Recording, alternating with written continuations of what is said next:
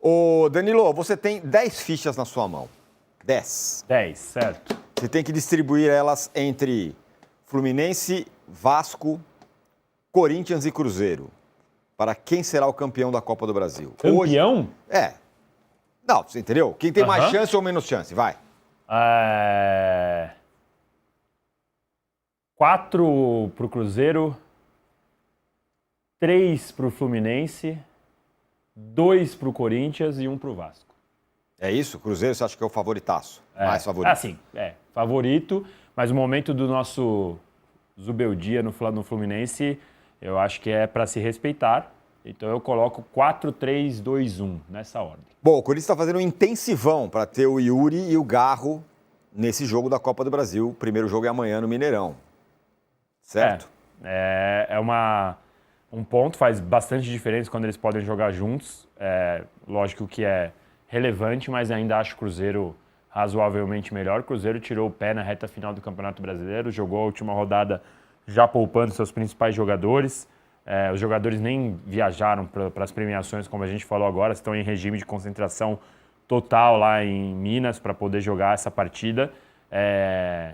E eu acho que o Cruzeiro deposita todas as esperanças desta temporada nesse título, né? A gente fala bastante do Campeonato Brasileiro bom do Cruzeiro, porque realmente foi legal e foi um bom trabalho de ver, mas eu tenho certeza que o time do Cruzeiro, embora não tenha investido tanto em contratação, porque pegou muito jogador livre no mercado, mas a folha salarial do Cruzeiro não é baixa.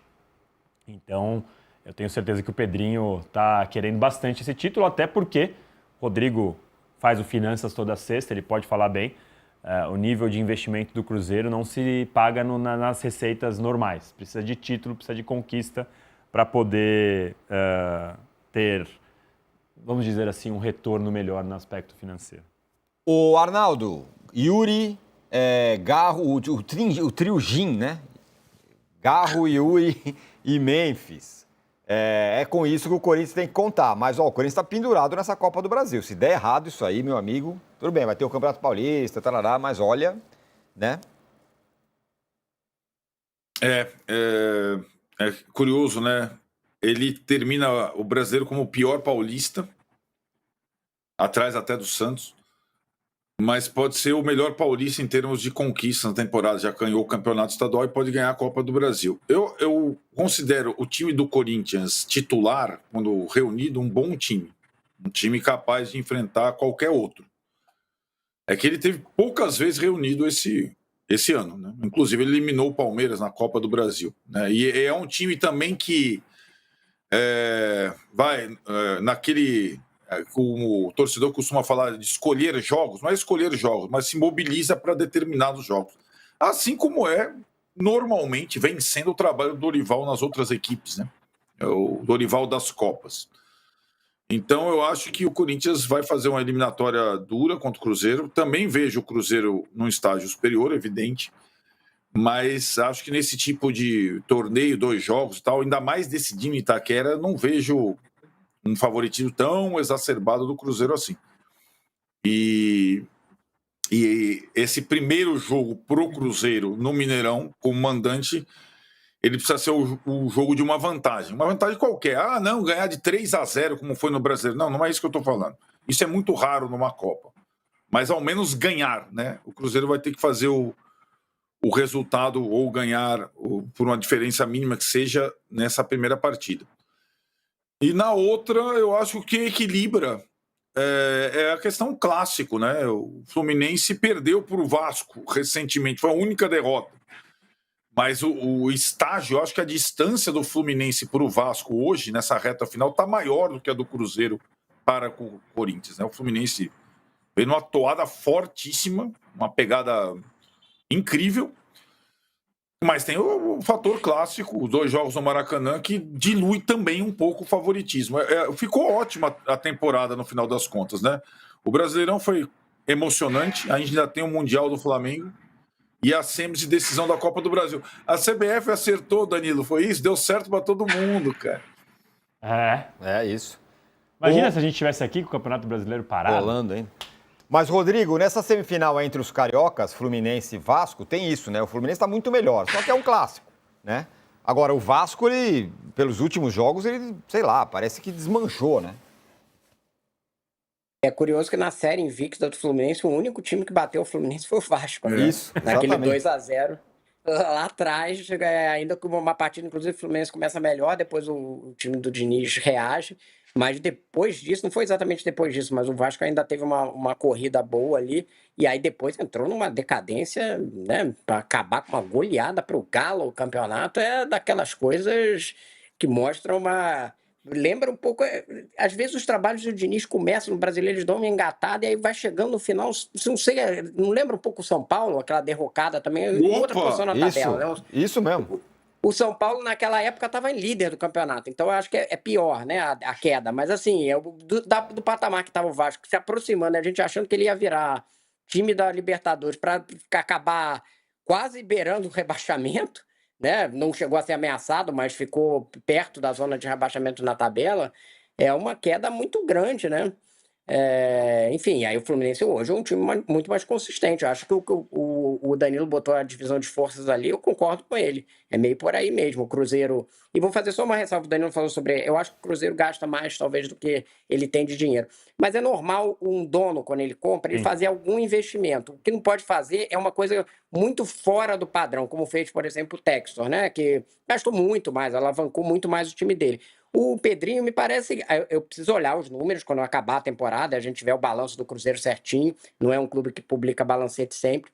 Mas do que eu vejo dos números até agora, é um investimento um pouco acima que faz sentido, que ele pode igualar dentro do. E o projeto esportivo está caminhando bem, né? Um projeto que faz sentido. Eu acho que o que saiu da linha era o Gabigol e o Dudu. O Dudu já saiu. Se ele se livrar do Gabigol. Só que o Cruzeiro continua pagando. O Cruzeiro continua pagando o Dudu, mesmo jogando no Atlético Mineiro. O que eu digo disso, Rodrigo, exatamente. é só porque, assim, como o time tem um dono, ele às vezes topa, né? Colocar, sei lá, 100 milhões a mais do que ele vai receber. Sim. É do bolso dele, tudo bem, é dele, ele faz o que ele quiser. Só tô dizendo que não é um time como o Flamengo e o Palmeiras que eles precisam sempre se preocupar em se pagar. Vamos fazer um intervalo aqui. Desculpa, Danilo. Rodrigo, fala. Não, eu acho que ele vai ter que pensar nesse equilíbrio, mas o que eu vejo do raciocínio do Pedrinho é que ele não tá que nem os meninos, entendeu? Ele percebeu que foi demais para um negócio e deu uma cortada e foi para um projeto esportivo muito diferente, entendeu? Eu acho que ele tá um cara bem mais pé no chão do que tava a direção do Galo ali. E parece um projeto esportivo que faz mais sentido dentro da lógica, mas ele vai ter que achar o equilíbrio a longo prazo. Vamos fazer um breve intervalo aqui na TV, mas é claro, fico falando com vocês aqui no chat do YouTube. Já voltamos, não saia daí. O Reginaldo fala que a final vai ser Cruzeiro e Fluminense. E o Abrão Alves fala que o Fluminense já está na final. O Vasco é horroroso, calma.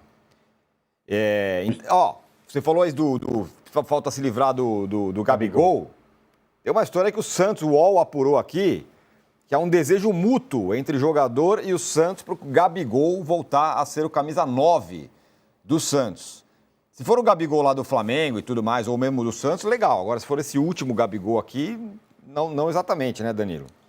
Eu fico imaginando como pagar Neymar e Gabigol numa folha, num clube como o Santos.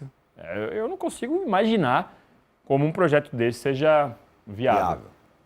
A gente já falou esse ano que o Santos gastou muito mais do que deveria ou poderia. Ninguém sabe muito bem, todo mundo tem suspeitas de onde vem o dinheiro, mas a gente ainda não sabe muito bem. O Santos teve problemas recentes financeiros. Enfim, não me parece normal pensar no Gabigol numa altura dessa, ainda mais sabendo que o Gabigol ganha bastante dinheiro e porque o Gabigol está longe de estar no seu melhor momento. É reserva no Cruzeiro. Claramente, ele jogou contra o Santos na Vila porque ele é reserva. Então... Não me parece normal.